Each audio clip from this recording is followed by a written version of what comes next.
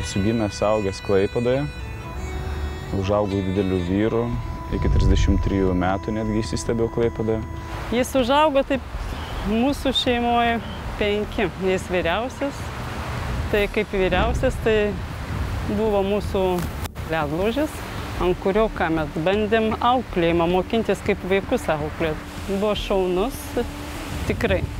Tiek mokykloje jis buvo aktyvistas, visur jo pilna buvo. Norėjau būti elektriku, nes mano tėvas buvo elektriku. Vidurinę baigiau profesinėje technikos mokykloje.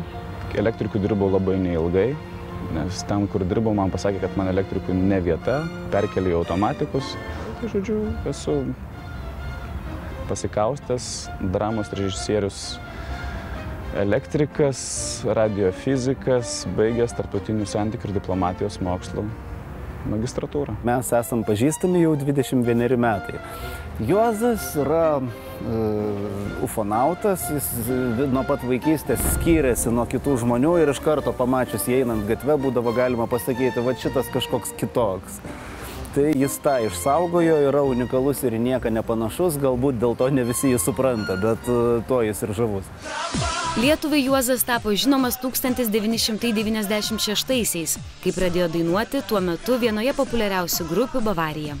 Šiaip jis labai puikiai valdantis kūną, jo šitas vestibuliarinis aparatas veikia kuo puikiausiai nuo pat jaunystės, tai jeigu netingės ir repetuosis, turėtų šokti labai neblogai, manau. Kad pamatyti jį dailiojo čiuožimo čempionate, tai aš nesitikiu, bet kaip tokio projekto kontekste jis tikrai galėtų būti vienas iš vedančių, jeigu užsikrės ta aistra tikrai ir daug dirbs.